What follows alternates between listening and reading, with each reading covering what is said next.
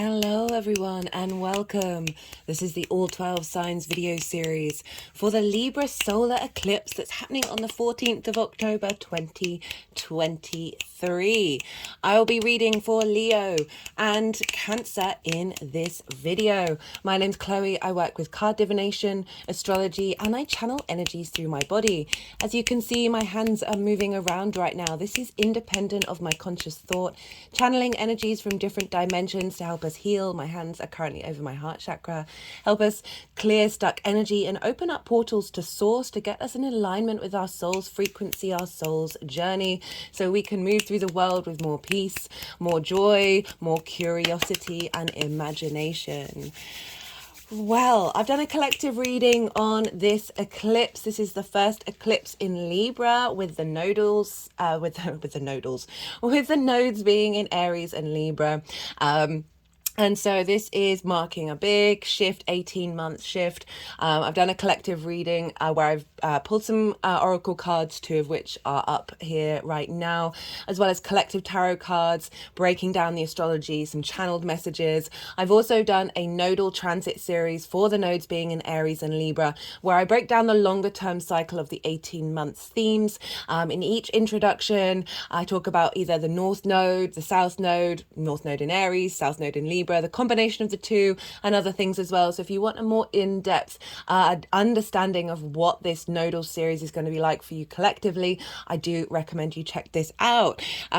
Is there anything else that I want to say? Oh, that's right. Okay, so those of you who know your time of birth, I really recommend checking out your first house, the sign that falls in your first house. This is called your rising sign, or where your ascendant falls. And all the signs will be for each reading. The sign will be as if it's in the first house, so the astrology will link it into being in the first house. So it doesn't invalidate you looking at any other sign, perhaps your sun or your moon or your Venus, because we're dealing with Libra here. Just look to whatever other sign you're looking at, look to where that falls in your natal chart, the themes of the house that it's in, as well as whatever else is going on in that sign. And then it's as if all of that information is then applied to the messages that come through. So it's as if that sign has now moved to the first house, but with all the connotations of your natal chart. So this gives a more holistic understanding of how this energy is showing up, because it's impacting absolutely every area of your chart. Some obviously with more strength to it than others, but it just does help give a full rounded understanding. Right, I'm going to leave it at that, and I'm going to kick off with Leo. Leo rising. How you doing, Leo? For those of you just tapping into the Leo energy and it doesn't fall in your first house, your rising sign, look to the house that it does fall in. Look to the themes of that house and whatever else you've got going on in that sign, and apply all that energy to the messages that come through. It's as if that Leo energy of your natal chart, with all the connotations of it, have now moved to the first house. So take what resonates and leave what doesn't. Regardless of whether Leo is your rising sign or not, Leo and Libra they sextile one another. A sextile is in fact an aspect of Venus, and we're dealing with Libra here. So which is ruled by Venus. Let me just move this down. And so this is a harmonious aspect. This is a soft aspect. It is ruled by one of the benefics. So there's a free flowing energy here. It's very creative, right? So this sextile wants to bring appreciation and value, a sense of harmony, just bringing more flow and creative energy, right? So it's got, the reason why is because there are three main things signs can have in common with one another.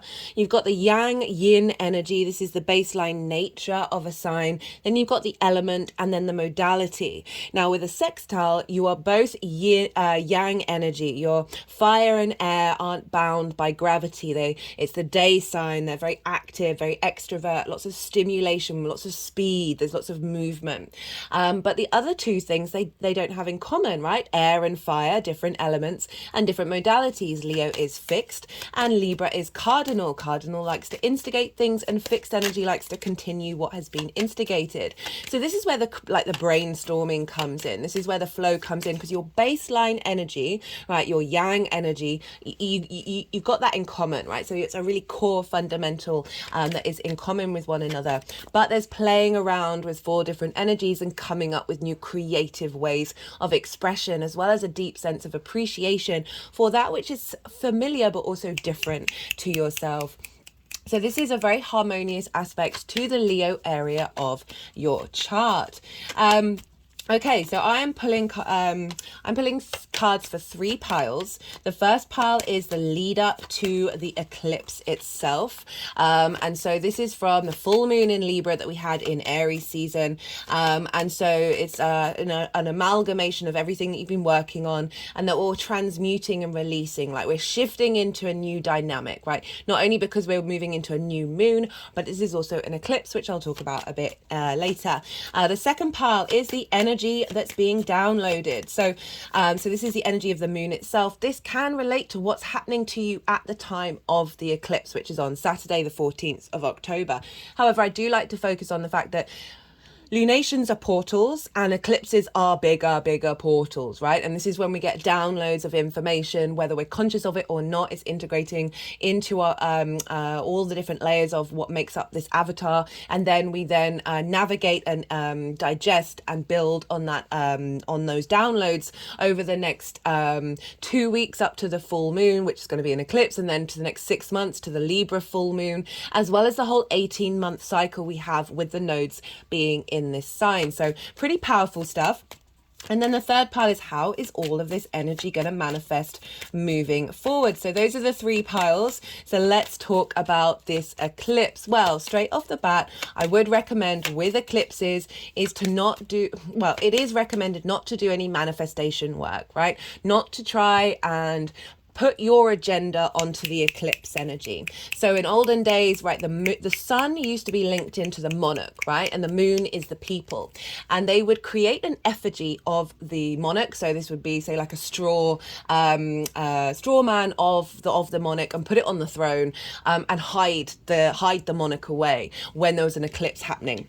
And this is because big events happened around eclipses, and this has been, eclipses is one of the first things that you find in ancient civilizations, that they have marked these points. These were just think about that. The sun was so valuable to farming, to growth, to life, that when it was diminished in light, there was like, oh, what is going on? This is something way bigger than your day-to-day individual self. Okay, so eclipses tend to reroute and reorganize your soul where your soul needs to go on its journey. And this is often things that events or people that come into your life, or opportunities or events shift and change that are beyond your comprehension. Like, it wouldn't have even crossed your mind, and you may not even really comprehend why that's happening at the time. But then, like 6 months later, a year later, you're like, oh, if that hadn't happened, I wouldn't have been rerouted back onto my soul's path, right? You may have gone down a different path. So this is why it's kind of recommended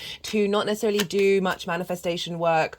Just do around eclipses in general. Do what feels natural to you. Sit with your intuition on this one. Whenever I do recommendations, it's always with the caveat that your individual experience and your individual understanding of self top trumps anything else, right? So we are the universe manifest in individual form. So we are here to experience through our individuality. So it's not about following what everybody else is doing. It's just, it is a recommendation, unless you've already done lots of work with eclipses and you're comfortable with this. This is often when people have in your chart, you're linked into eclipses, that you're able to work with this very big energy, because it just might just cause a little side quest, or a little, the eclipse energy might then have to reroute you again, if you're trying to confine that energy, because it's way bigger than us. If you think about how all the energies are like a story, a narrative, that we might not necessarily necessarily have all the script for,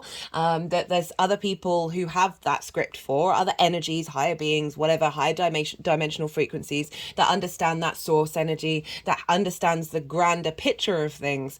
It's just, you got to have a bit of faith and you got to surrender. I would say that you just tap into your intuition of any situations, or saying, hey, do you want to go and do this, or do you want to go and do that? See what sits, just let it sit with you and see what feels, what you're instinctively drawn to do. And that can tend to be linked into eclipse energy. It may happen in the lead up, it may happen at the time and afterwards. It may not happen at all, like big changes may happen 6 months later or a year later. It really does depend on your chart. I've seen it manifest in many different ways.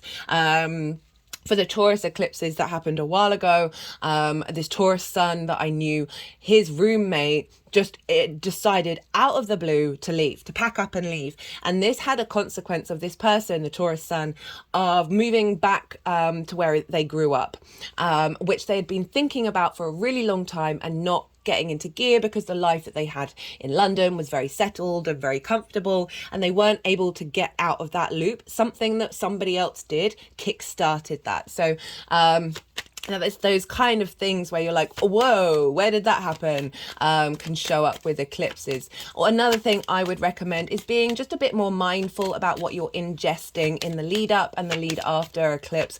So like minimizing sugar or processed foods, just being mindful with your physical, emotional body, right? The moon can be linked into the body.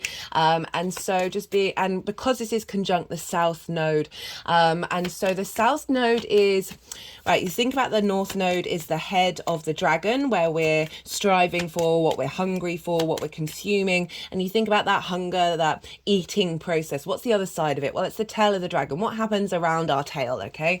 It's a releasing, it's a purging. It can be a releasing of toxins, whether that's physical toxins, energetic toxins. Toxic narratives have definitely been a theme that came up in the collective reading. And we transmute that energy. I'm not a fan of letting go of something, of releasing something. It's more about how do we transmute that energy to then work with our soul's frequency. So things are going to be coming up that you may just need to be a bit more in right balance with your physical body, because there's a lot of energetic stuff that's going on that can be very draining. The South Node can be linked into that which drains you, that which pulls away from you, that which feels like it is a constant state of letting go. But with that, so I would be mindful of what you're ingesting, what you're doing, just taking a little bit more care of your physical body around this time. Obviously do what feels right for you. And I'm just offering up these suggestions. So let's talk about the astrology. Leo rising. Okay, you are having this in your third house. This is the house of the goddess, right? This is that's quite a few.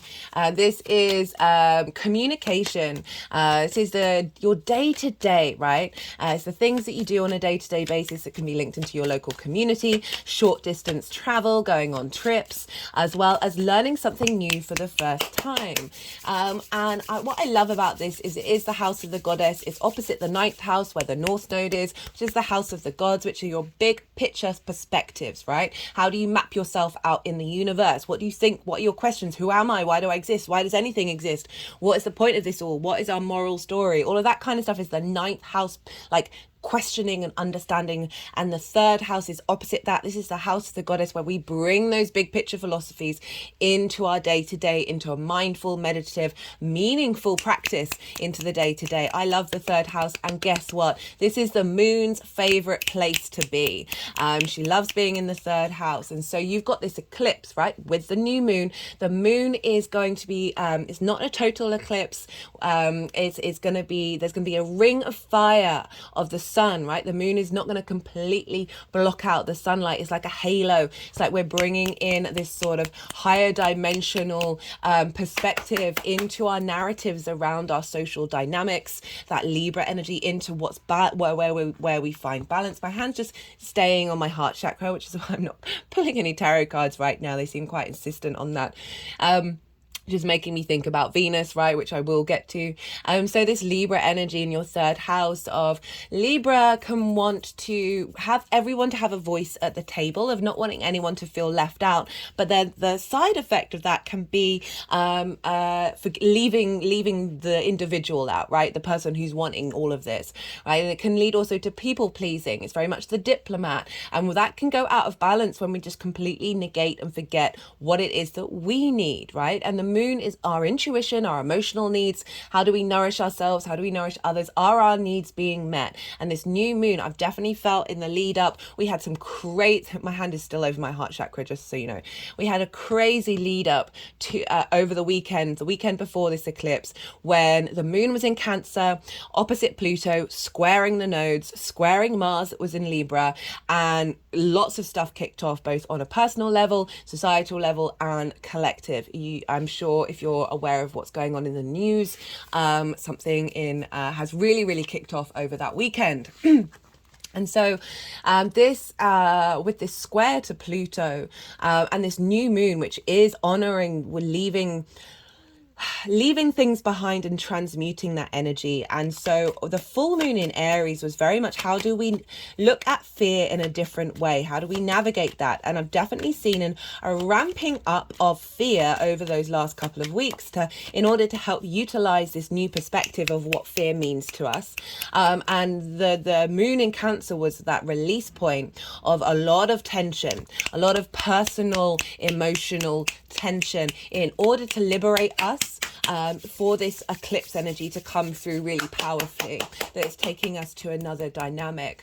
And in the third house of your communication, so this can be re-navigating your understanding of how you communicate, the lens in which you communicate through, this desire to bring balance, to bring harmony, to bring peace, to bring diplomacy, to not wanting to be causing conflict, and finding a new dynamic around shifting away from that people pleasing that is in alignment with your karma. Okay, so justice, the rewriting of the scales, distortions around communication. My hand has just gone over my throat chakra, that you may have had, whether you're conscious of it or not, that have been part of your soul's journey or soul's growth, that there's a limit to those. We're now stepping over into a new portal, that we're opening up different ways of communicating, that is allowing you to bring a sense of justice to the way that you express yourself, not only for others, but for the way that you understand yourself, right? And the way that you express yourself and the way that you're heard and understood.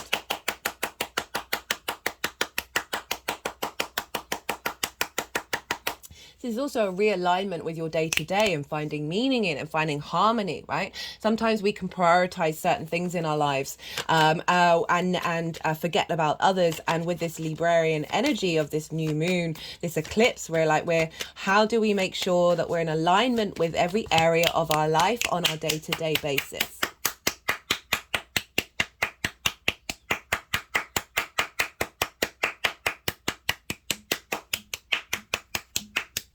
And because it's linked into schools and therefore starting something new, learning something new, with this new moon eclipse, this can be bringing in a new download of information that may have never even crossed your mind, right? A way of engaging in something, whether that's communication, your day-to-day, or something completely separate to that, that is going to help unlock balance and inner peace within you.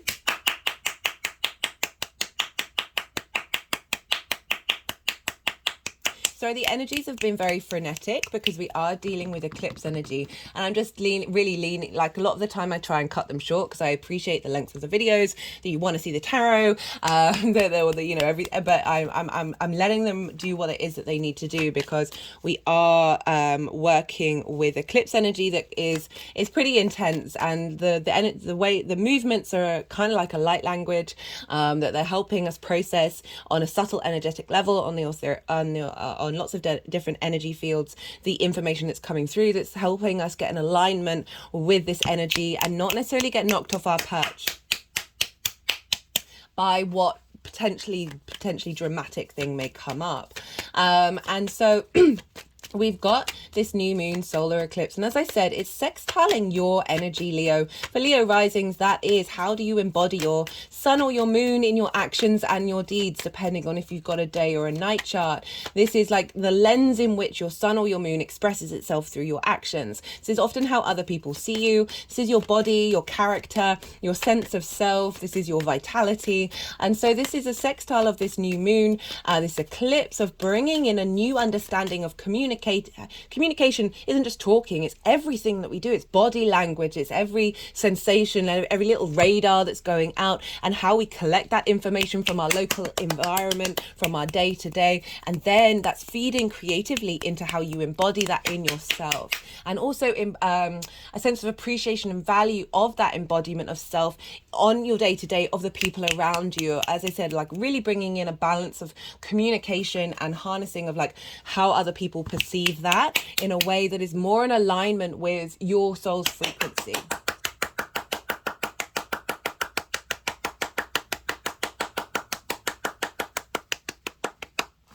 This could bring in more opportunities to go on short distance trips, a shift of dynamic away from perhaps if you are not necessarily seeking, if you haven't necessarily seeking going out in, exploring, that this might activate a new explorer mode within you. And this doesn't have to be in the physical world, right? This can be in the social dynamics, exploring new ways of being social, as well as exploring the galactic realms, the higher vibrational frequencies, and traveling that way as well.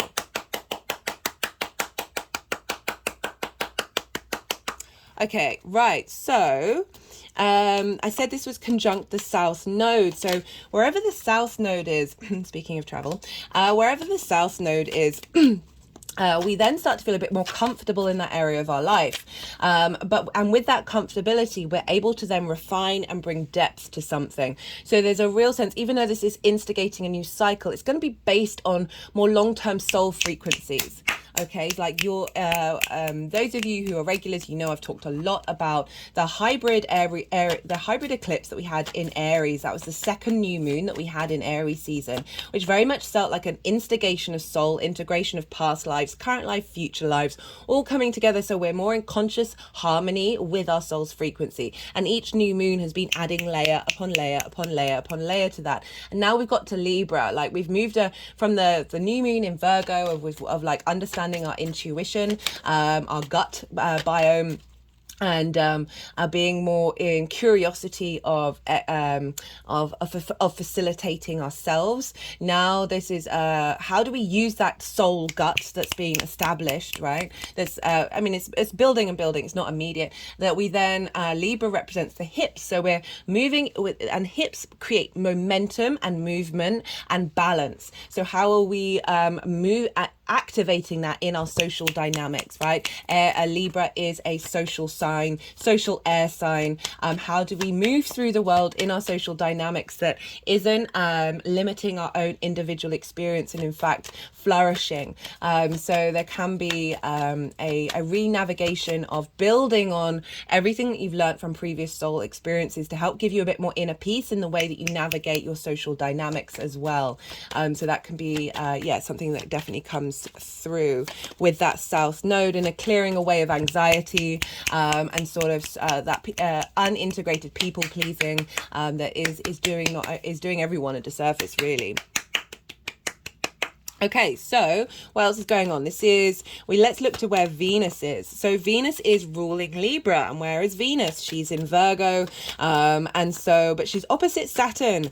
So all of this energy of the Saturn-Venus opposition is feeding into and affecting this new eclipse. Okay, so Venus opposite Saturn. She's kind of been opposite Saturn since she moved into Virgo on either the 8th or the 9th, depending on where you live. And so Venus in Virgo, from my experience so far of Venus in Virgo, all I've wanted to do is drink herbal teas. I've wanted to be in nature. I've wanted just to be a bit more soft and it flow in my environment, and creating things out of things I find in nature. It's definitely been a thing. And so we've got this opposition with Saturn. So Venus in Virgo, she's just come out of her retrograde cycle, which has been in Leo for quite some time. And now she's in Virgo and put in a state of observation of how to cultivate flow, of how to bring deep nourishment and healing to any self-criticism, any judgment that we may have had, and really helping us embody in a very yin space, but very a practical space of how do we make this transition that we've had with this retrograde that's instigating a new cycle, 8-year cycle, how do we put this into practice? How do we observe our environment and find love and appreciation in it that isn't mitigating our own heart space? And this is opposite Saturn. Saturn's about long-term legacy. It's about integrity. It's about cause and effect. It's giving structure and foundational support to the Piscean area of our chart. And this is creating support in the magical land of Pisces. You've got this, you've got Venus in your second house of how do you value yourself, right? How do you appreciate yourself? How do you manifest in the world? How do you, what are your resources and your tools that you have in order to make money? It's often linked into like monthly income. It's your possessions. It's the things you care about. But most importantly, your value. And Saturn's over in the 8th house of the give and take between you and the outside world. This is the outside world's resources, which you may have felt have been quite limited because Saturn's been there for a while. It's also retrograde. And so it's the give and take of time, money, things, energy, intimacy in the 3D realm and the 5D realm. It's about inheritance, cosmic inheritance and 3D inheritance. It's kind of like bigger chunks of money if we're looking at the money side of it. But this dynamic between Saturn and Venus is Saturn's a long-term cycle, right? It's about integrity and wanting your foundations to be strong, of your potential codependency, of your give and take between you and the outside world. Saturn wants you to find your own innate power, so you are not reliant on others in order to bring your dreams into fruition. And Venus is very practical in Virgo. She's like, the opposition is like, how do we bring this into balance of Venus finding love and practicality and creative ways of understanding your own value, of bringing in a sense of worth and appreciation of self that is supporting this longer term cycle of your own authority in regards of the give and take between you and the outside world, of bringing that more into harmony. And all of that is feeding into how you communicate, right? What is it that you want from your day to day that's going to help cultivate a sense of value, cultivate a sense of day-to-day manifestation, right? In every little thing that we do, even in the washing up. But Venus is in Mercury's sign. So where's Mercury? Mercury's in Venus's sign. Mercury's in Libra. This is what's called mutual reception. This is when these two planets are in the signs, each other's signs that they rule. It's basically they're on the phone to one another. They're like the energy link between them is really strong. And so they're sharing energy. They're sharing an understanding of each other's signs. So Venus is saying, hey, Mercury, the way to get the best out of Libra is this, and Mercury's going, hey Venus, the best way to get the best out of Virgo is this. And so they're really strong energy sharing together, and they're both governing this moon. Whereas the Aries moon, it was governed by Venus and the Sun, not Mars, because Mars was in Libra, so that's being governed by Venus. So now we've got Venus and Mercury, and Mercury is smoothing over the way that we understand and collect social information. One of the key channeled messages was we're enhancing our social intuition beyond trauma responses. So a lot of our social dynamics come from trauma wounds, come from like either in this current life or deep collective trauma wounds around being kicked out of the tribe if you're a bit too odd, or if you've done something that may have happened, whatever it is. So we still hold that very dear, and that's where we can people please and conform and be more part of the mainstream narrative. And it really feels like we're releasing the need to be that, and the need that the reason why we may connect to other people is not because of what we need and what's really important to us on a soul's level, but from this trauma response of, oh, if I don't connect to this person, then I might not get another opportunity. If I don't stay in this friendship group or this work environment, if I don't speak my truth, then I'm not going to have any other opportunities. It's coming from a space of lack. Venus Venus is about love, abundance, right? It's the opposite of that. So we're helping clear out those narratives of how we engage, how we share information, Mercury, how do we collect information, and how do we express it, with Venus of being, okay, let's get practical, of making sure this is bringing personal flow to self from a deep healing place. Mercury is also opposite Chiron, almost exactly. So Chiron's over in Aries. This is one of the major players in this nodal transit, because the North Node is going to come in conjunction with Chiron. It's around February. I've done a reading on it in that nodal transit series. By the way, the playlist for that is in the description box, so it's really easy to access. And Chiron often is linked into wounds that are not just to do with this lifetime, but previous lifetimes, that we are now here because we've gone through it so many times. We're now in a state of mastery of that wound, that we can transmute that, and through our own journey of understanding and compassion and empathy, we're then able to embody the wisdom of sharing that with other people. And so Chiron opposite Mercury is highlighting our understanding of the social wounds that have affected our individual spark of spirit, and this is all being transmuted into Venus, who is saying, okay, how do we facilitate flow? How do we clear energetically in the body? How do we heal the body, that is going to bring about this sense of expansion rather than limitation? So it's a pretty powerful new moon for us all. There's lots of other astrology going on that I talk about in the collective reading if you want to go and check that out. We've also got a wide square with Pluto. So we've had a lot of Pluto energy over this past week. Pluto is now direct. I've certainly felt a shift of the energy. That fear was really building up quite loud when it's stationed direct. And now we've got this square with the sun and the moon of like transforming collective earth wounds that are linked into society, that are liberating us in this new frequency.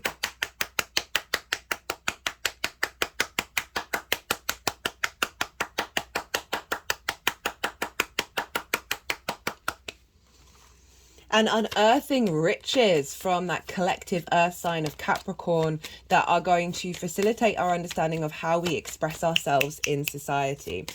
So you're right, that's the third and the second house.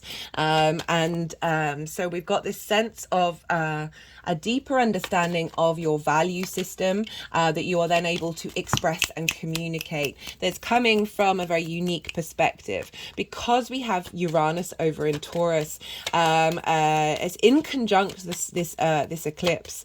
And the reason why I'm bringing up this one rather than anything else of the astrology is because Taurus is ruled by Venus. So Venus is impacting Taurus and Libra wherever she goes. And Uranus wants you to be uniquely yourself, and wants you to feel confident and comfortable being so. And this is an inconjunct, and an inconjunct can feel a bit frustrating because they don't have any of those three main things in common. And so there is a sense of 6 different energies working together in order to liberate you and come up with something unique and novel.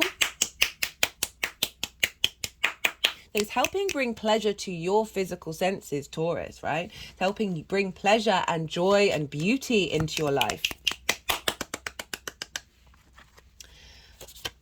I always recommend checking out where your sun and your moon are in your natal chart, because wherever they are, the themes of the houses that they're in, this is going to give you a couple of this is going to add on extra themes that are personal to you in relation to how this eclipse might show up for you. And so, yeah, so always, whenever we got lunations, always check out where the sun and the moon are, because that will, as I said, make it a bit more personal to you. Is there anything else that I wanted to say? I mean, there's loads that I want to say, but I am trying to keep this shorter than yeah, they always end up being. I just got a lot to say. I like to share the stories. I get on a roll. I get on a channeled roll, and it's quite. Oh, that was it. So okay, as I said, eclipses, they don't necessarily show up at the time. Sometimes they can do. But we're going to have a Mercury Sun Cazimi in the sign of Libra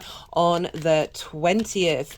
And so this is when the Sun and Mercury Speaking of Mercury, the Sun and Mercury are conjunct one another.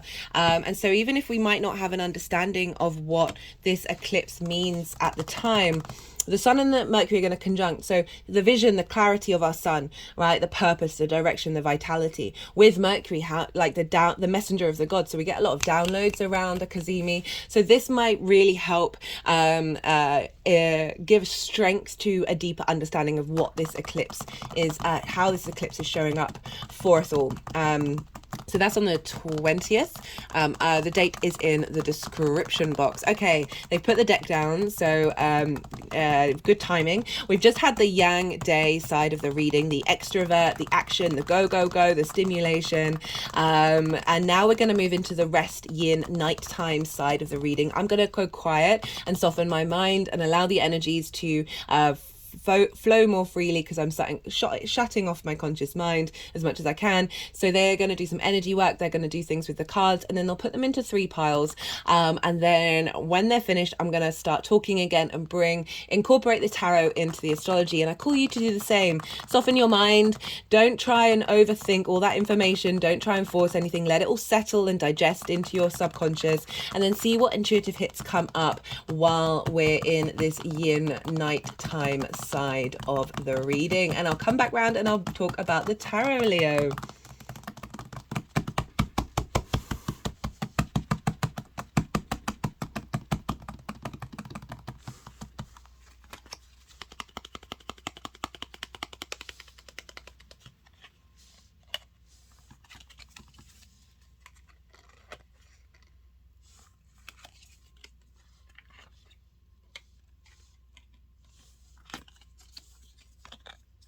Okay, they've not done this before, just FYI.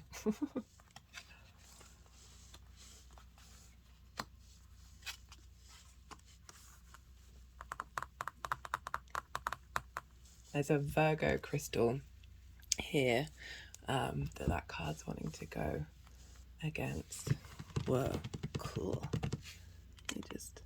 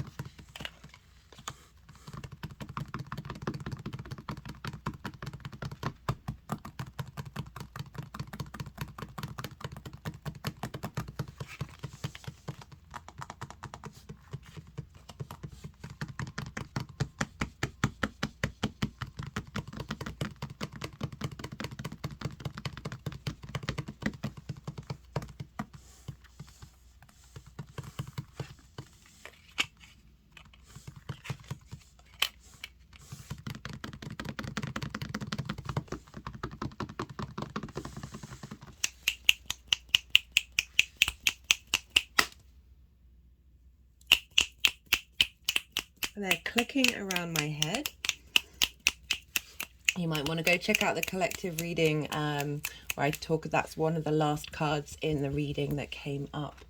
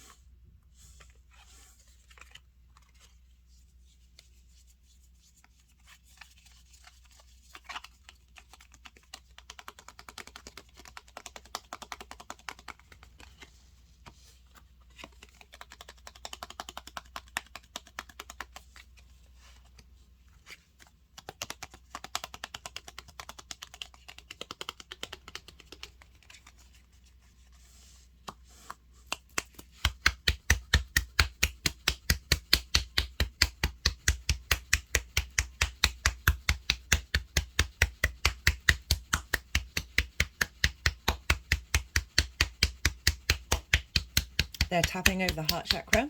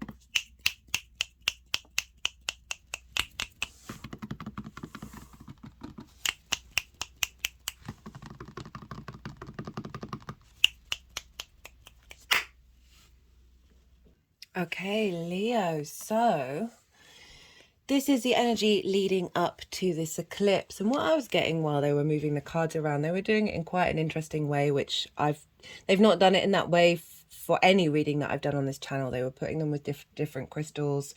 And yeah, it felt like they were very much telling a story. And so this is the lead up, and they really wanted these cards to sit like this. And so let's start off with this 10 of Swords, very dramatic card. I always like to point out that the sun is in fact rising with this one. This is a very, very karmic card. Interesting that it's swords. And so because it's an air sign, we're dealing with Libra here. That this is often feeling immobilized and betrayed and by what other people say and think about you, and how that has potentially limited your expression and limited your ability to separate yourself from the collective, and feeling quite contained by social expectations or social norms, or just generally like high intense social anxiety, to the point where, you know, you haven't felt like you've been able to get up and do anything. If you notice here with the swords, they are all along the spine. This is why it's very karmic. We store a lot of karmic energy in our spine. Okay, they're just wanting me to move all the way back. Oh, just had a spine click. And that one of the main things that the energies that I channel when I sort of do like somatic movements is doing spine work. Like they're really, really keen on the spine work. That with the 10 of Swords, right, this is the fact that the 8 of Swords is coming above it, right? So let me talk about the 8 of Swords. The 8 of Swords is about leaving something comfortable in order to get a higher perspective. This came up in the collective reading. If you notice here, we do have an eclipse here, and this is emotions, right? But it could be like a situation that on paper seems really good that you're moving away from. But I always like to focus on the fact that our habits, our trauma responses, our limiting beliefs are usually instilled. It's in the natal chart, and it then gets reflected in our 3D avatar experience. That those things get ingrained in our unconscious mind from a very early age, right? If you think about the third house, school as well, what we learn, the new things that we engage with, that they then, because they're so ingrained in our unconscious mind, that they come out in the world in our body feeling very comfortable because that's what's familiar, right? And so this card is all about, as I said, having the courage to bear witness to those response mechanisms that may have come from things that people say. Words can be spells. Oh, okay. The head's rolling back. That are not only in this lifetime, but previous lifetimes that may have, they've just gone over my throat chakra, that may have blocked your ability to liberate yourself and not get attached by these things. I've talked about it a couple of times, but I had a channeled reading by somebody. I don't often get readings for myself. And she said when I was very young, I used to be able to see spirits, but I was told by an adult that they didn't exist, and something switched in my brain where I then disconnected the connection of being able to see them. Okay, they're now collecting around the headspace again. So because we're dealing with the third house, which can be very much the early years, right? That a lot of blockages can happen in our early years that then form our trauma responses and our limiting beliefs. And right, this is saying, no, you've made the decision in the past to go on a difficult road, to be able to find that higher perspective beyond this karma, beyond these spells that have been ingrained in your spine from ideas, constructs, things people have said. That has been a difficult journey. And we got it with the Four of Wands, and it kind of wanted to go like this. And when I saw the Four of Wands wanted to go with these cards, I was kind of getting the feeling like you put in the heart. Right, so let me explain this card. This is about celebration. This is about the end of the harvest, right? So it represents milestones in your life, right? But if you think about the harvest, that takes like about a year. I mean, it's year on, year on, year out. But it takes about a year in order to reap the benefits from it. And then you celebrate with all those you've worked with in order to enjoy the reaping, reaping what you've sown, reaping the benefits of what you've sown. And I was just getting the message even before they put it at this angle of like, it doesn't feel like you've been putting in the hard work, but it doesn't quite feel like you've been able to celebrate yet the work that you've done, or to feel celebrated.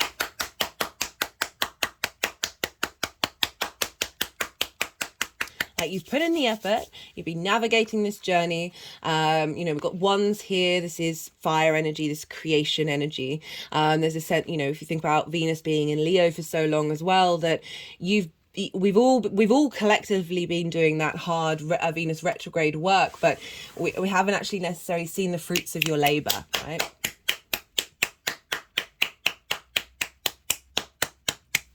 So for the energy of the moon itself, well, here's the shift, right? So this is the frequency that's being downloaded, that is going to be integrated into your being, as well as potentially things that happen around the time of the eclipse itself. So we've got the Ace of Cups, we've got the Seven of Swords, and we've got the Chariot.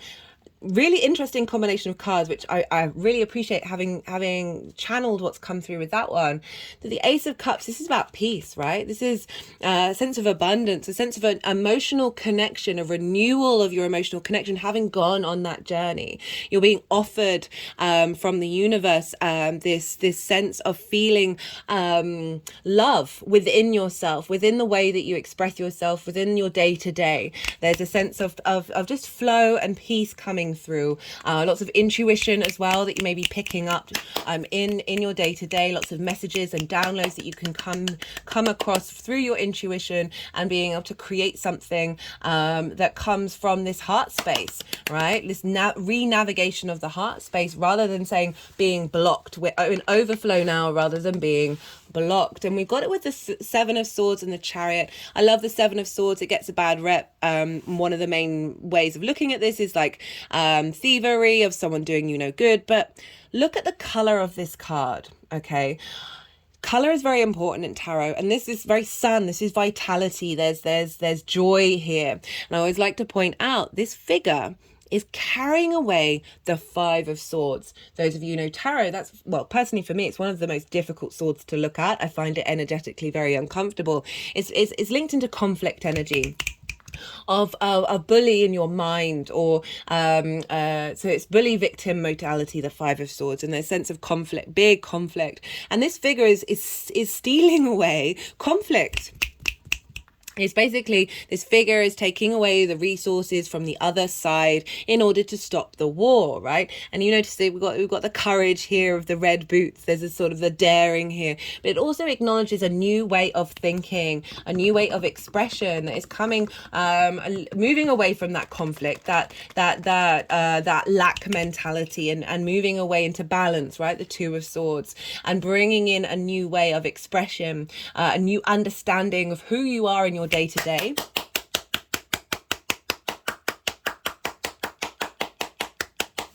So definitely getting some downloads in around the way that you express yourself that is coming from a very unique perspective. This is about doing things differently.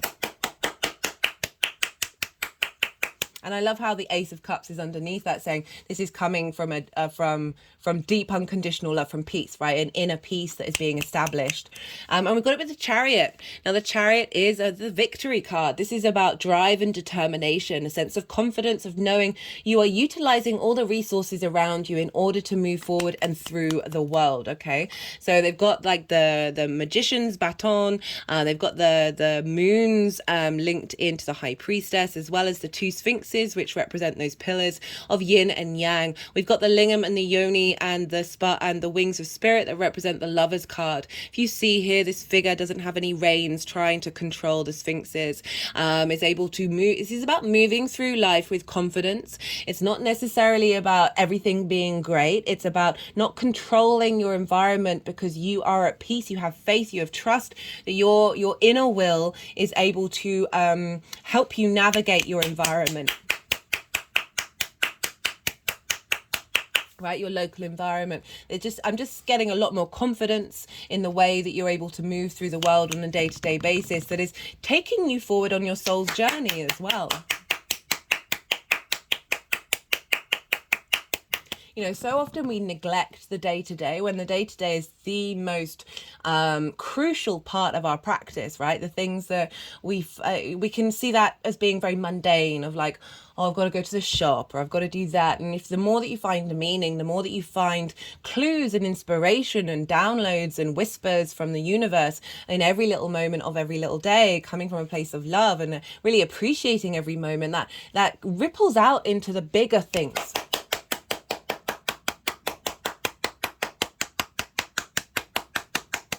Okay, how is this energy manifesting moving forwards?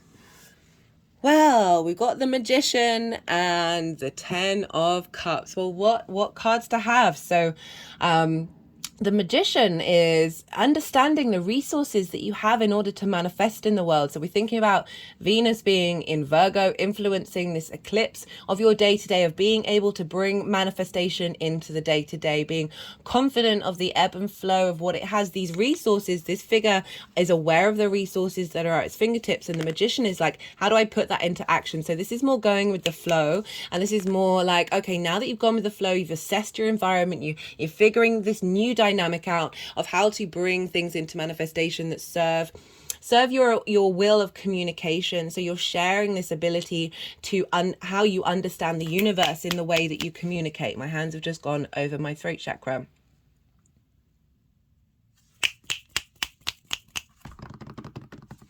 And with the Ten of Cups, this is emotional contentment in every area of your life. This is a big card, right? You see the happy nuclear family, you know, whether that's relevant for you or not. Just imagine what that's like but basically be supported by the people around you, for every area of your life to be in emotional flow. And I like this for the third house of your day-to-day. Okay, so there's a real sense of inner peace, right, coming through that Ace of Cups. And then we've got the Ten of Cups. So we've got the beginning and the end of the cup cycle. Also with this Ten of Cups, they're just moving around the throat chakra. That you see this is the only rainbow in the tarot. And the rainbow always reminds me of when light is refracted, right? This light, we are light bodies. This is where we get all our information from. Well, most of our information, when it's refracted, it turns into the colors of the chakras. And chakra in Sanskrit is wheel. And if you sort of turn these on the side, these cups look like wheels. There's a sense of spinning vortexes that are all in alignment with one another. that create a sense of enlightenment. Enlightenment's a big word, right? I use it just because it's an easy access point of understanding, okay, what might this feel like? This sense of peace, this sense of ease, this sense of flow in your day to day. And this would be ability to, oh, goodness me, forgot the Ace of Pentacles. How did that happen? Okay, it's wanting to go on the top now. So the Ace of Pentacles with this magician of, right, of expression, of manifestation, of like through your day to day, you're bringing in this energy. And being able to express it as well, if we think about that sort of inner peace expression of like, how do you share that information? How do you not, like, imagine when you're talking to somebody in the shop, it's like bringing that energy to everyone that you see, everyone that you meet around you, sort of your community.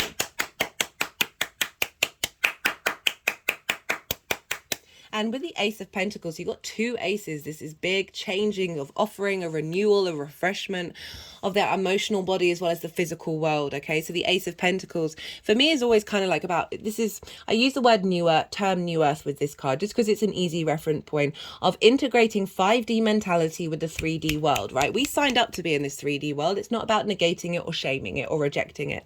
And you notice there's a mountain in the background. It's about moving through this portal.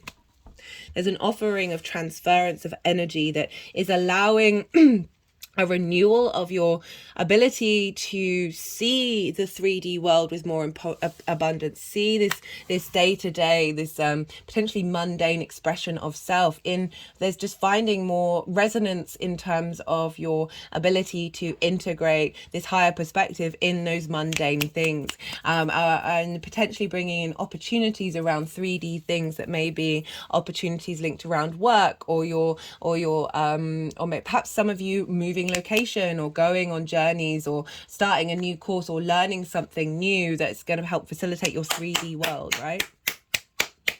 Okay, let's pull some clarifiers for you, Leo. This is the First Light Tarot. All the decks in the description box. This is made up of keywords, question words, statements, as well as that just says present. I tend to avoid those ones, as well as a major arcana.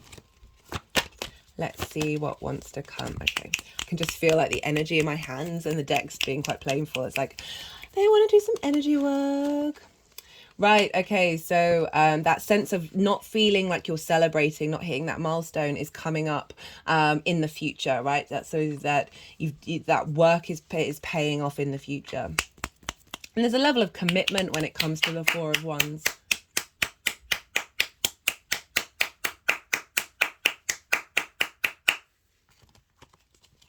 Okay, let's see if we get a clarifier now.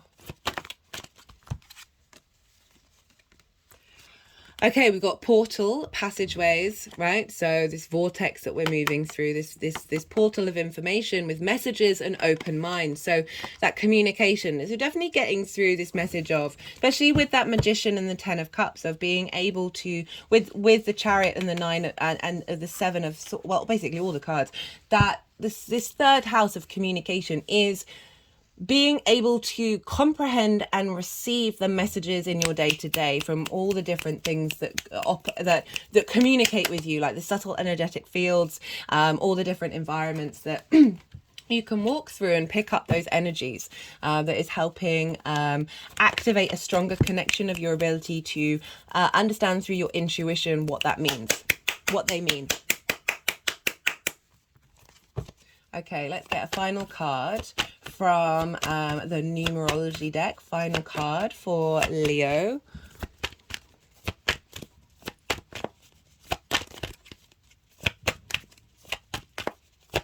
Oh, no, that's half the deck.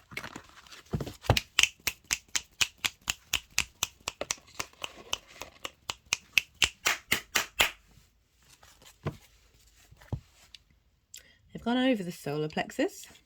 That may be relevant to some of you. Now over the heart chakra. Okay, right. Final card for Leo.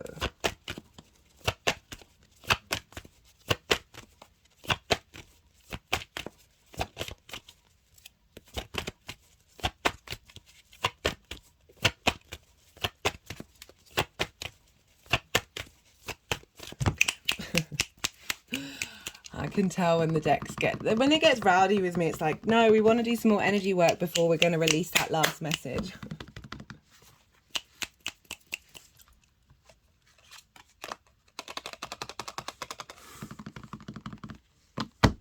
My head's just rolled back,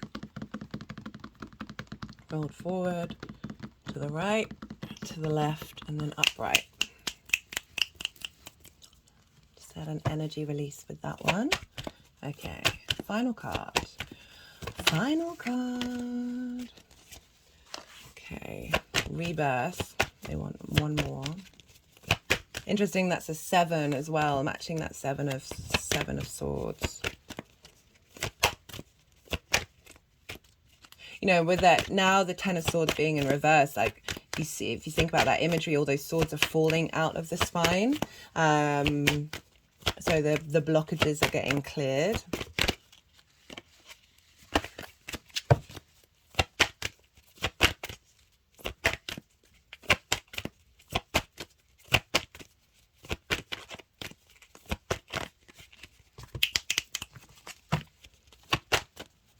Final card.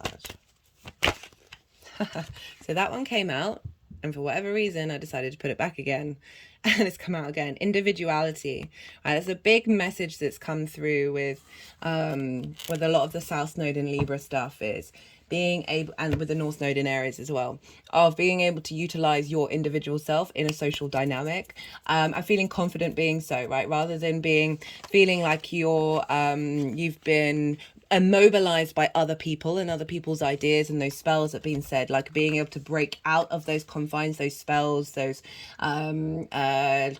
limiting beliefs that aren't necessarily anything to do with your soul's frequency. So I really like that the individuality card has come up, it's particularly twice, so it's like kind of like all right.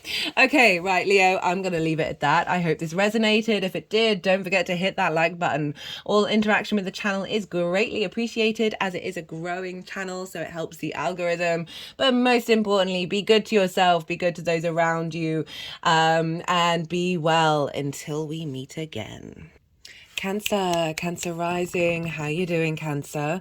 For those of you tapping into the Cancer energy and it doesn't fall in your first house, which is your rising sign, look to the house that it does fall in, the themes of that house and any other things that you've got going on in Cancer, and apply all of that meaning to the messages that come through. It's as if that Cancer energy, with all of the connotations of your natal chart, have now moved to the first house. Take what resonates, leave what doesn't. Regardless of whether Cancer is your rising sign or not, Cancer and Libra square one another. You are both cardinal energy, like to instigate. There's a sense of leadership here. You begin things, you're beginning of the cycles. This is linked into the solstices and the equinox energy. So this is a square, right? Square is an aspect of Mars. It's a 90-degree angle. It can bring about conflict, drama, friction, winning at all costs. This is because we've got two energies that are different elements, different modalities, but they're the same, not different modalities, different natures, yin yang, different elements, but the same modality. So the way in which they operate is the same.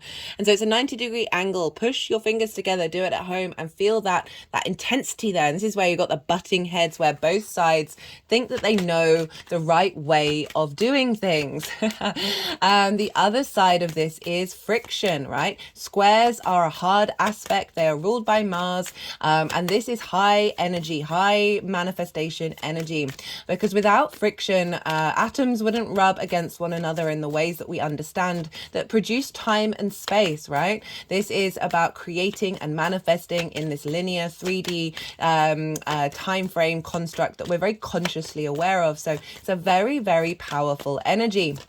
And not only that, well, actually for Cancer, ignore that. I'll mention that when I get to the Cancer risings.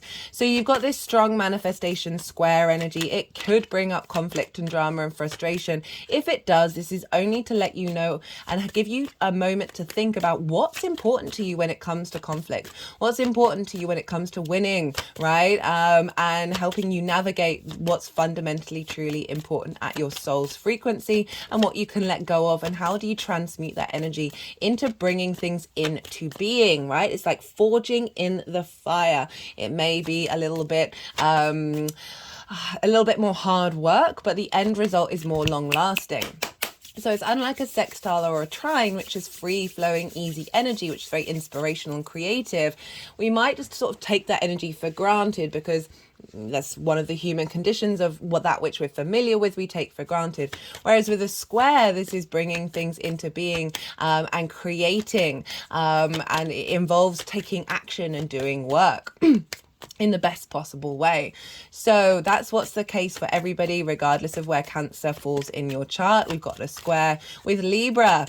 For Cancer risings, well, as I was about to say when I was just talking about that, this is happening in angular houses for you Cancer risings. Angular houses are 1st, 4th, 7th, and 10th. These are the pivot points of your chart. These are like the cross, the foundational cross of your chart that are very, very powerful. And so you've got an eclipse here. For Cancer risings, this is in your 4th house. This is your home, your roots, your foundations, right? This is strong links into ancestors, both blood lineage as well as soul lineage, galactic lineage. It's your roof over your head. It's your parental figures, the impact that they've had on you. And it's also your private life. So it's a very, very powerful, very personal part of your chart. It's the darkest part of the chart where the sun is at the darkest of night. And so this is all squaring your Cancer energy, which is your 1st house. This is how you embody your sun or your moon in your actions and your deeds. This is how the way in which other people may see you because they see the way you move through the world. This is your body, your vitality, your character, your sense of self. This is you. And so we've got all of this energy squaring your Cancer energy. So it's bringing a new shift of dynamics into your home, into your roots and your foundations of self that then are helping manifest new ways of being.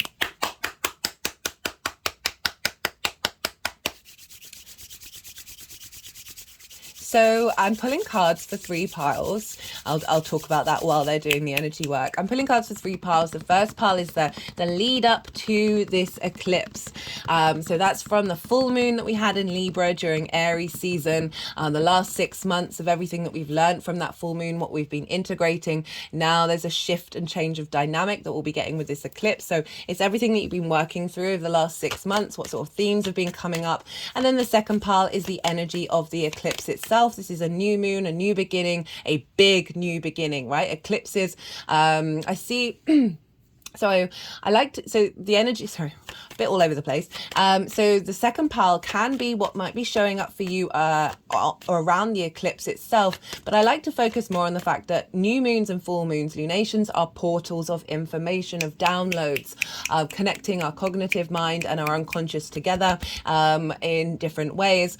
And the eclipse is like even bigger than that, right? So these are very big pivot points in our soul's journey. I recommend with eclipses that it is recommended, and obviously whenever I say recommendations, it is with the acknowledgement that you are here to experience life through your own understanding of it. So do what's right for your intuition, but it is recommended not to do any manifestation work, not to try and control this energy, because it is way, way bigger than all of us, right? I imagine it's, so say you're on a TV series and you're an actor and you get the script for that episode, say the week before, but you don't know the rest of the plot, right? So the eclipses is kind of the energies that know the bigger long-term cycle plot thing, right? That you don't necessarily understand. So if we try and control that and manipulate it, it can reroute like the more longer term cycle of something that you may have missed, you may not have been consciously aware of.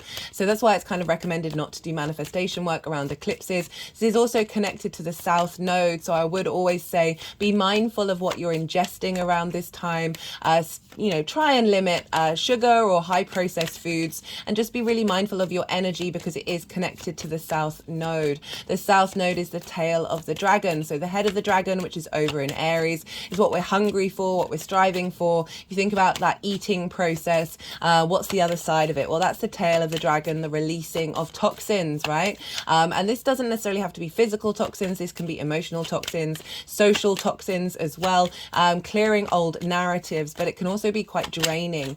So I would recommend just being very mindful of your energetic field, because this sun and the moon are in close conjunction with the south node, which can be very draining in general. I mean, that's just one side of the south node. I'll talk about others later on in this reading, but I just want to highlight that for everybody, because you know, we don't just go with your gut, right? You can get a sort of spider sense about what the eclipse is all about.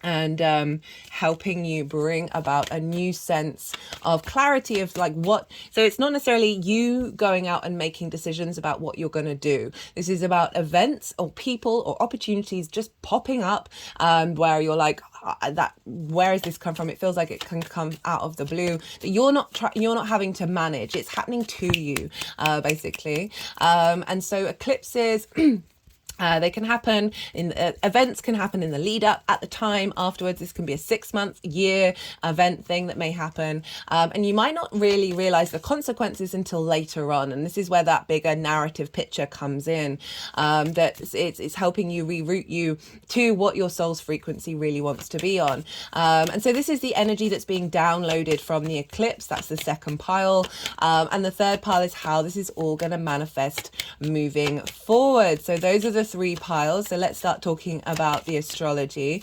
As I was saying, this moon is connected, this lunation, this new moon, this new beginning, right? Big new beginning is happening close to the south node. You know, I talked about the sort of the draining, the releasing of old narratives, are linked around our social dynamic with other people. That's Libra is the social air sign. It's ruled by Venus, so there's a sense of desire for harmony, for diplomacy, for making sure everybody's okay. And that can mean that we often forget our own needs and our own intention. That's been a big theme that's come out. I did a nodal transit series, so like a general overall look at the nodal cycle of Aries and Libra. I put the playlist in the description box if you want to go check that out. In each introduction of those readings, I pull cards for the collective in terms of the north node in Aries, south node in Libra, the combination of the two and other things as well. They're linked into Pluto and the link into Chiron. So if you want a sort of overall picture of what this lunation cycle, this eclipse cycle, apologies, is all about, do you go check that out. And one of the main themes was moving away from cancel culture and readapting our understanding of people pleasing, so we don't negate our own individual sense of self. And so this south node, wherever the south node is, whether it's in your natal chart or a transit, all of a sudden we become sort of comfortable with this area of our lives. We may be sort of drawn to be more in that space. It's a very esoteric energy, the south node. And when we are comfortable with something, this is when we can refine and bring depth to it. So I really like that we've got this new moon, this new beginning with the south node of bringing depth of understanding of what's going to work on a sort of social dynamic of bringing harmony into your life, this balance of the scales, that is bringing a real depth of understanding that isn't the sort of surface level energy. So we're instigating a big new cycle in regards to that. And that's happening in your 4th house. As I said, there may have been imbalances, social dynamics that may have been a reflection of past traumas, whether that's in this lifetime or previous ones, especially with the 4th house, because that does link into ancestral work, that you may be carrying a lot of social anxiety or social difficulties that has produced disharmony from your past lineage, that we're now helping reinvent that and bring in a new cycle. So with that rebalancing, that finding new narratives that are in alignment with your karma, right? With your social justice within you, right? Libra is very good at wanting everything. This card keeps wanting to come out. I keep putting it back. Of really wanting to bring in everyone to have a voice at the table, and that's a wonderful thing. It's also Libra at the highest vibrational level is about highlighting distortions in social narratives and bringing new stories to light that are more in alignment with the truth, the justice of it all.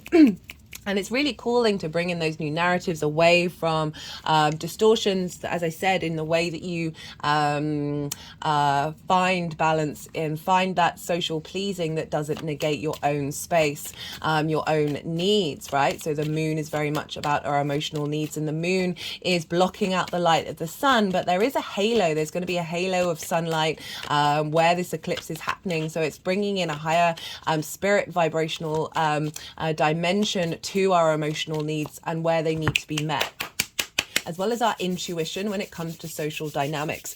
One of the channeled readings that I did in the collective reading, I do recommend checking that out. I love the collective readings. There's lots of channeled messages, some oracle cards, they're up here now, and tarot came through with all of that. And one of the main messages was, this is going to be enhancing our social intuition beyond trauma responses. So we're very tribal, right? And so often it's the fear, the ancestral wounding of being kicked out of the tribe because we may have rocked the boat a bit. We may have gone against convention. Libra can very much be about following convention, that sort of the collective understanding of what is beauty, what is social norms, all of those sorts of things, which are great things in general, but also is kind of blocking that individual spirit. And so that we can often interact in a social way from a place of lack because we're fearing we're going to get kicked out of the tribe.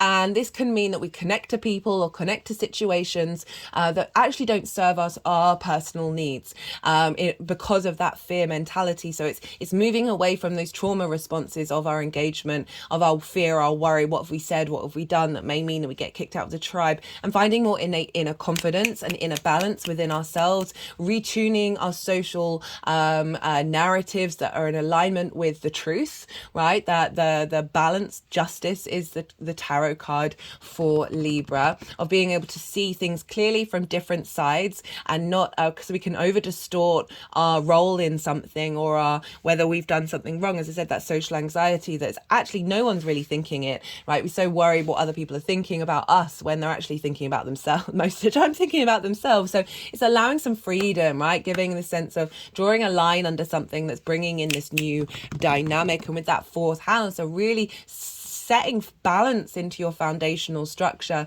This could be a new beginning with the people that you live with on a social harmony dynamic. This could be a new beginning with your relationship with your ancestors, with your foundational space, with your private life, and finding more balance there. And so there may be a shake up around those things there's actually perhaps people that you live with, you haven't had harmony, and one of them decides to move out, or you decide to leave and you want a new home, and this is really bringing in a dynamic that's finding inner harmony and inner peace with you with that. So there's a real sense of clarity coming through with this new moon that is helping you be at peace.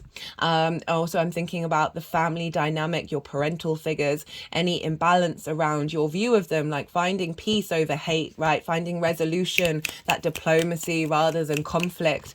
And then the more that, this is not about necessarily forgiving them for their sake, but doing so in order to find peace within yourself. And with that, you are able to then liberate yourself, your emotional being, with having Cancer rising, and then being able to embody that sense of innate inner harmony with yourself through your actions and your deeds, right? As you are Cancer rising, the lunations have a bigger impact on you because the moon is one of your rulers. And so this is really setting a new dynamic in your foundational space that have blocked your ability to find inner peace.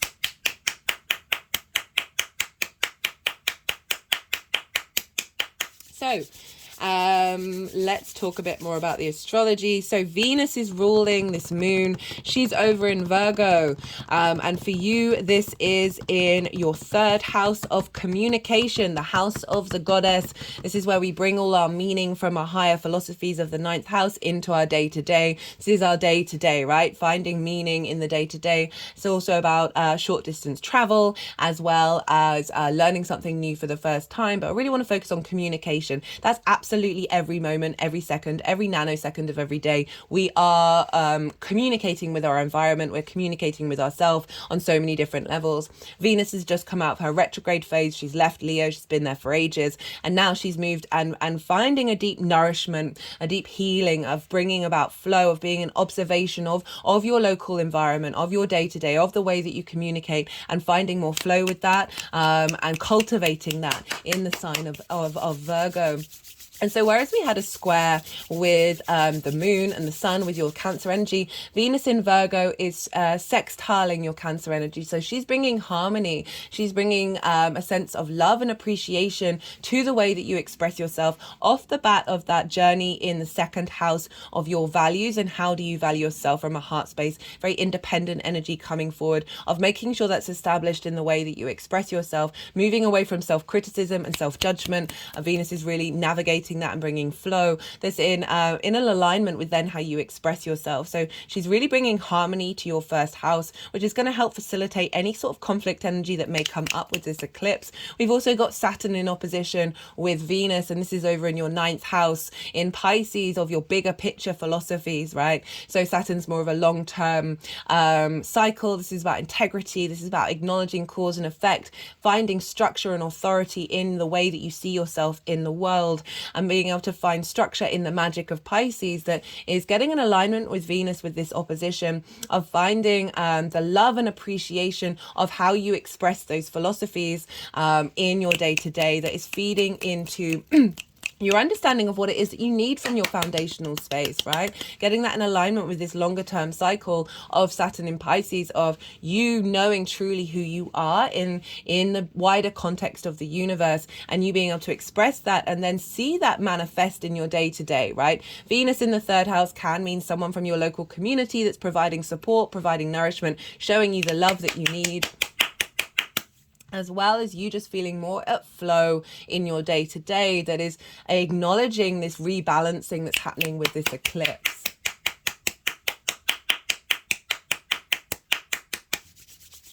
Now, Venus is in Virgo. So Virgo is ruled by Mercury. And so where is Mercury? Mercury's in Libra. So Venus and Mercury are in each other's signs. So they're both, this is what's called mutual reception. And this is where they're essentially on the phone to one another. Like Mercury's in Venus's sign. So Mercury's saying, hey, how to help me out in Libra? And Venus is like, hey, help me out in Virgo. And they're able to communicate. They've got a stronger connection between one another that are facilitating each other's journey and helping each other in what they need to do in these signs and in these houses. So whereas the last moon in Aries, that was ruled by Venus and the Sun, even though it was an Aries moon because Mars was still in Libra, now we've got Venus and Mercury. And as I said, this is like enhancing our ability to understand and collect information that is breaking us away from past trauma relating to social dynamics and helping enhance our understanding of flow and beauty, right? And being able to find that dynamic in your home life. So Mercury in Libra is opposite Chiron in Aries over in your 10th house of your career, your life purpose. So any blockages around deep wounds around your career is being facilitated by your ability to navigate your home life and your private life and see and smooth over those edges and get downloads from your home life in order to facilitate any wounds that you may have felt in your career. And also this is being supported by Venus of making sure that you through your day-to-day actions, you're able to embody this and you're able to get this moving and get this going. So Mercury for me is all about flow, right? Flow of information. How do we collect that information? Where our eyes are, like what little synchronicities are going ding, ding, ding, ding, ding, ding, ding. So at the moment it's in your 4th house. So you may be more inclined to be getting some more wisdom when you're at home and you're in private and the sort of downloads there, as well as that that Venus Mercury connection with Chiron. So that's all feeding into this moon of releasing wounds that have blocked your ability to communicate your needs when it comes to your private life. Right, so they've put the deck down, so all the cards are out. So I always say with lunations, check to where your sun and your moon are in your chart, check to see what houses they're in, the themes of those houses, because that will add a layer on to what's showing up for you in this eclipse, right? So there could be really a shift of dynamic in, let's go back to Venus, a shift in dynamic in your local community of like what benefits you get from it, and how to bring in love and appreciation from your day to day that then facilitate your roots and your foundations. Okay, so big shifts and changes around that, as I said, could be about the way that you look at your home life. It could mean shifting and moving somewhere else. That may be for some of you, but definitely more energetically support from your ancestors, and through the getting messages in the way that they communicate to you. Okay, so I'm going to go quiet now. I'm going to soften my mind and go quiet, because I'm going to, when I need to do that in order to let the energies flow through me without like my brain freezing when I'm trying to communicate. They're going to do some energy work, and then they're going to put the cards in the 3 piles, and then I'll come back round and I'll bring in the tarot. So we've just had the yang day side, action side of the reading, very extrovert, very stimulated. And now we're moving into the yin night rest side. So I call you to soften your mind as well. Don't try and force and try and understand all that information that's just come through. Let it all settle in your unconscious mind and see what intuitive hits have been coming up for you in regards to this new moon, this new beginning, this big new eclipse. We've been clearing out a lot of fear. I forgot to mention that from that Aries full moon. If you've not seen that collective reading, I really recommend it, because that's a bigger part of the cycle of how do we look at fear. We've seen it in the collective. Over the weekend, right, there was squares with the moon in Cancer in your sign to the South Node and Mars, and then the North Node and opposite Pluto. And so that we saw it on the main stage. Like, if go check out the news, it's the main thing that's in the news at the moment, right? That's a very big energy around this dynamic of clearing away fear or aggravating fear, right? So often the collective tends to highlight the lower vibrational frequency of what we have available to ourselves. In general, I've noticed a lot of fights going on around the weekend, a lot of the movement, because Venus went out of her retrograde cycle. So it was a lot around like, where are you being disrespected? Where are your needs not being met? And with that moon in Cancer of releasing a lot of those frustrations and being able to express them, but perhaps in a more conflicting way, because we've got that square to Mars. And now all of this is coming up to the surface, because before a new moon, we have the balsamic phase where we're releasing a lot of the old cycle and transforming that energy into the eclipse. Eclipse is a lot bigger energy. So obviously that's been a lot bigger for everybody on not only the main stage, collectively, societally, individually, all of that together. And now we're going to be releasing that in order to shift gears. So you may have come to some hard truths or hard understanding where you're like, no, the line is being drawn, like I'm done, like I'm protecting myself, I'm standing up for myself. And that's part of this Libra dynamic that's coming through with this South Node of allowing diplomacy and strengths to come together. Right, okay, so I'm going to go quiet and I'll come back around the other side.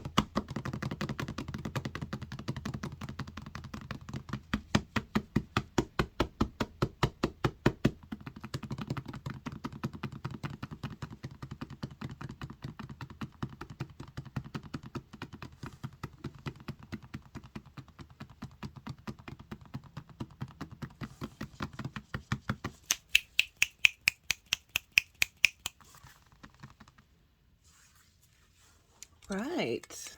Okay, let's sort this camera out. You got a better view of what's going on. So we have, for the lead up to this moon, seems like you've been working through some difficult energies. So we've got we've got the Ten of Swords, and the Ten of Swords is a very karmic card, especially when it shows up in the fourth house. Right, you see here, all these swords are all along the spine. We store a lot of karma in our spine, right? The energies that I channel whenever I do like somatic movements, one of their main focuses is on me doing spinal work. They really like me doing spinal cracks.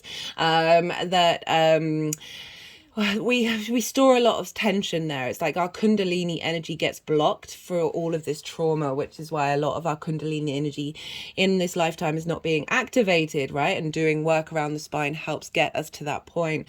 And this is about feeling immobilized, right? Of feeling betrayed, of being stabbed in the back, that you're so immobilized that you basically, you can't move, you can't get up, there's nothing you can do. You feel kind of trapped, right? I always focus on how like the sun is rising in this card. So this is an end of a cycle here, but it's also kind of, it could be more victim mode as well, which I've never really mentioned before when it comes to the Ten of Swords, but that's what's coming up, of that sense of feeling trapped and then staying in that energy, rather than like flipping the switch on it. But these two cards are saying that you have been flipping the switch on feel it, right? So any of these things, these can be words, things that people have said when you were young, that especially with the fourth house of parental figures, that like cast spells in our unconscious mind. Between the ages 0 to 7, we're running around in the theta brainwave, where basically we're in a permanent state of hypnosis. So somebody could say of something so that they think is so innocuous, but to you that's like blocked something out, right? I mentioned this a fair amount just because I feel like it's a good reference point. I had a reading done a month or two ago. I don't get readings very often. It was amazing reading. And she said to me that when I was younger, I used to be able to see spirits, actually see them. And I was told by an adult that they're not real. And it flipped a switch in my unconscious mind that then blocked out my ability to see them anymore. And so there's that was a word, that was a spell that was cast on my unconscious mind that then limited me and immobilized that part of my brain. They're just sort of clicking around the brain. So because we're dealing with the fourth house, which is your parental figures, and as I said, it's often a lot of the things that happen to us in this lifetime are recreations of ancestral stuff, of past life stuff that we're here to transmute, right? And so there could be things that have been blocking you from being able to find clarity in your life, right? And we got it with the Five of Wands in reverse with the Eight of Pentacles. So the Five of Wands upright, this is kind of like chaos energy. So there's lots of different ideas, lots of different situations, people battling against with one another. There's a lot of movement, but there isn't any momentum. Like nothing seems to be getting anywhere. But it's in reverse, so it's saying that there's a shift that's happened that's helping you move through this feeling of immobilization, that is facilitating your ability to transform. And the reason why I say you've been putting in the hard work is because we've got the whistle while you work card. This is about refinement of self, okay? Or refinement of how you are in the 3D realm. This figure is going over and over and over again, the pentagram, and this is actually this is one of Venus's symbols. This marks the 5 retrograde points that she makes in her longer term synodic cycle. And so this is a sense Venus really wants us to feel good in the 3D world. She just it's so loud and clear, and there's such a frustration that we can't be present in the moment. We can't hold onto this sense of joy of existing, of this weird, ridiculous avatar human experience that we're in, because there's so much going on in the world, because there's so much other energy that's immobilizing us, that's causing us this pain, this trauma, this friction.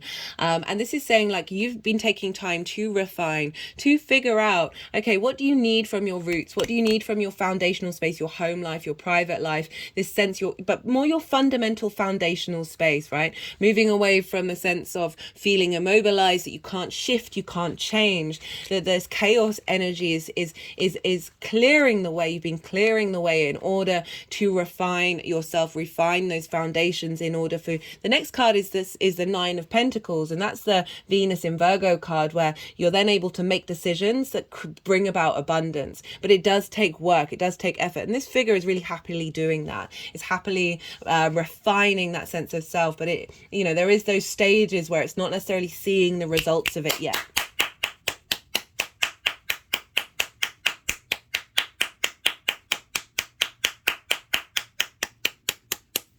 Okay, for the energy of the, oh no, can still feel stuff in my hands.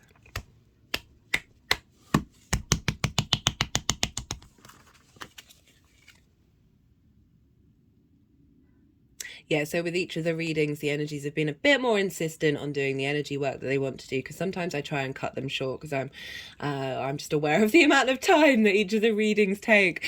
But I'm allowing, I'm more open to letting it flow through me, because we are dealing with eclipse energy, which is big energy. So we've got, for what's being downloaded at the time of this eclipse, we've got the Page of Cups, we've got the Ace of Pentacles, and we've got the High Priestess. So this is a real shift of energy and dynamic, but it's sort of acknowledging the work that you've been putting in, right? We got the Page of Cups. The Page of Cups is all about finding joy, finding love. Pages are very, they're just moving it over my heart chakra. Pages are all about, they're very sort of apprenticeship energy, but it's sort of useful energy. They've just got a hold of the cup. It's just got a hold of the element, and it's wanting to share this message. It's about curiosity as well. So when you're starting, say you're apprenticeship in something, you're really curious about all this information that you're receiving, right, at the time. You know, they're talking to a fish in a cup, and this is a Pisces energy, actually, and obviously Saturn is in your ninth house at the moment, of how you see yourself in the world, right? This is bringing in more joy, more curiosity, more love, more intuition as well, more imagination, a sort of a re-understanding of your emotional depth of what you have, right? So a lot of trauma in the fourth house, of just finding a new narrative around that. And we've got this with the so it could be it could be that this is the people that you live with, sharing messages of love, right? That could be for some of you as well, because this is seeding the energy of the fourth house, which is your private life. It's your home. So for those of you who live with others, it could be that there's a more harmonious, playful dynamic coming in. Pages are also linked into children as well. Ooh. My head just rolled back at that one. We've got the Ace of Pentacles and the High Priestess. The Ace of Pentacles is offering in a new dynamic, right, in the 3D world. After putting in that refinement, we now got this refreshment. And with this card, I always use the phrase New Earth, right? It's a catch-all phrase. It's really accessible. And for me, it's like incorporating 5D higher perspectives with the 3D world. It's not about shaming the material world. We signed up for this. This Earth is amazing. It's beautiful. But it's about acknowledging, bringing in a different perspective in order to create a new dynamic. Aces, very similar to pages, this is a fresh new offering from the universe, right? For some of you, this could be an offering of how you operate in the 3D world in your home life, that balance that's coming in, as well as I did say that potentially with a new moon in new eclipse in the fourth house, could be a relocation, could be going somewhere else that's bringing in this space for some of you. You know, if it happens, it's going to happen sort of outside of your control. Okay, so don't try and don't worry about it. Like if it's meant for you, it's meant for you. But this Ace of Pentacles, as I said, this 3D world, like how do you move through the world with this sense of refreshment rather than overexerting yourself or feeling drained? There's a refreshment in that 3D on your physical body, and also offerings from the ancestors as well. And that can mean so many different things, regardless of, like, depending on your engagement with it. You don't even have to have conscious awareness of who your ancestors are. They're coming out in support to help bring in that balance and bring in that higher perspective. You notice here we've got a mountain in the background of feeling comfortable in your home, right? Comfortable in your private life. This offering of a new beginning in the way that you look at your relationship dynamic with your parental figures, right? For some of you, it's just generally a refreshment of how your home life affects the way that you embody yourself, because it's that square with your first house.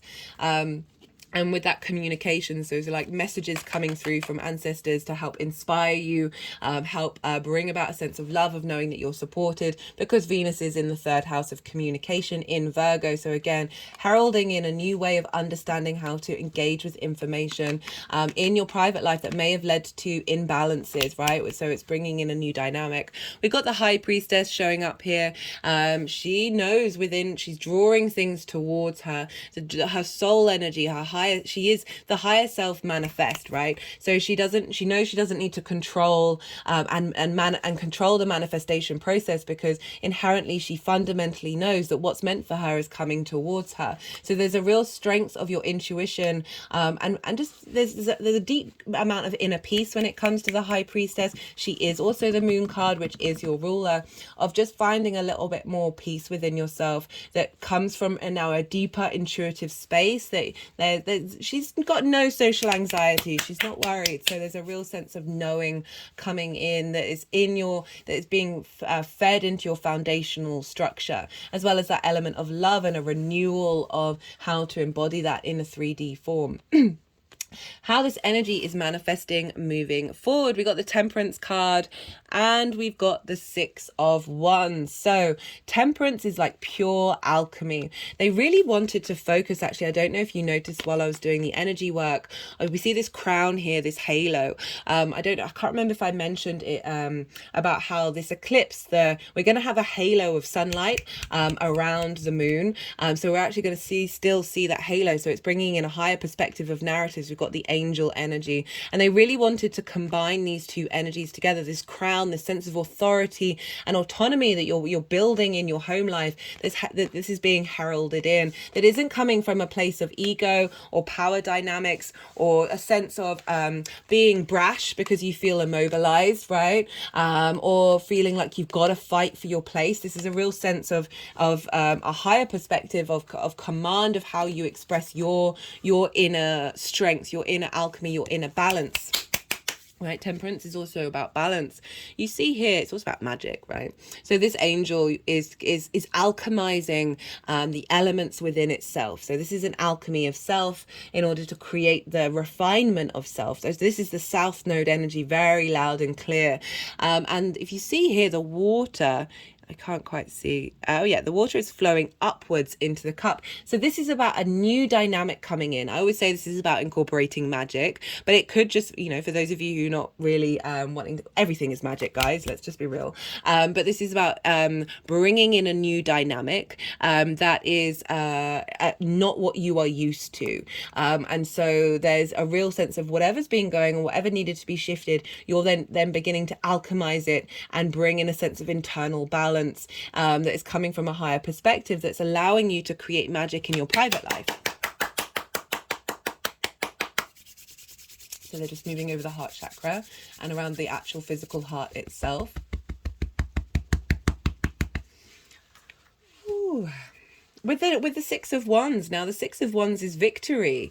This is about celebration of self, right? This is an acknowledgement of who you are and what you bring to the table. We've got the victory wreath. But this is someone who's been doing it. It's not... This figure hasn't done everything all by itself. And I love this coming up with the fourth house, because there's a crowd in the background. And you know, I've been talking about the ancestors a lot, and it really feels like your ancestors are supporting you. They're going to be taking you forward, helping you be able to make the decisions in order to create magic in your life, providing you with clues, with downloads, with skills and tools that are in order to take you to a place of celebration. This figure is about to go and celebrate and have a big feast and be really feel really good about itself, that you've had, but it's coming from support, right? One of the messages that I forgot to mention is, well, actually, no, I did mention it in the collective reading, is that we are socially supported, and this isn't just in the 3D realm. This is from the 5D realm as well, from our ancestors, our soul lineage, all of these things, from galactic guides, that they're coming in and help support you, and in order to facilitate you to a place of victory, right? A place of command and strength and acknowledgement of your passions, your drives, your spark of spirit in your home life, in your foundational space, in your private space as well. So it doesn't just have to be the home, but your sort of internal private space of who you are when you are on your own in private, of feeling very supported and very nourished. And so often we don't feel that, and that helps us, that means that we feel alone, and that this sort of isolation, this sort of immobilized state of like constantly being in a state of battle. Like you've been doing the work in order to transmute that, and this new moon is coming in and supporting the work that you've been doing. Right, let's see what clarification cards want to come up for you, Cancer. This is there we go, that was quick. Music, right? So for you might want to listen to music that really taps into that brings you joy. But with this card, for me, I always tap into frequency. All of our souls, the avatar we've signed up for, has a vast complex melody of energy within it, right? And so when we tap it, and this is about singing to your own song, of like getting in touch with that soul frequency that may have been distorted by previous trauma and previous issues, that you're moving through a portal. It's wanting to focus on this card that is helping bring your conscious awareness of your frequency and getting you in alignment with it. And when we're able to move through the world from this foundational space of our own soul melody, we are then able to create magic in our world around us.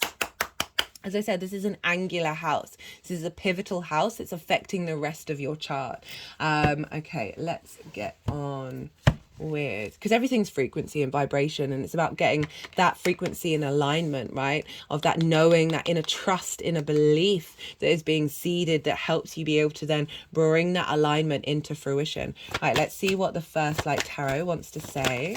This is a mixture of keyword cards, question cards, statement cards, as well as major arcana. Let's see what wants to show up for Cancer in relation to this Libra solar eclipse that's happening on the 14th of October. They want those. We've got thought, communication, right? Venus in the 3rd house. That you're able, with Venus being there, she's helping influence the fact that this shift, this change of dynamic is bringing in a sense of clarity, conscious or unconscious, of your ability to communicate your soul's frequency in a way that isn't mitigating itself by people pleasing. Okay, Cancer, I'm going to leave it at that. I hope this resonated. If it did, don't forget to hit that like button. All interaction on the channel is greatly welcomed and appreciated. This is a growing channel, so it helps with the algorithm. Send it out into the world. Be good to yourself, Cancer. Be good to those around you. And most importantly, be well until we meet again.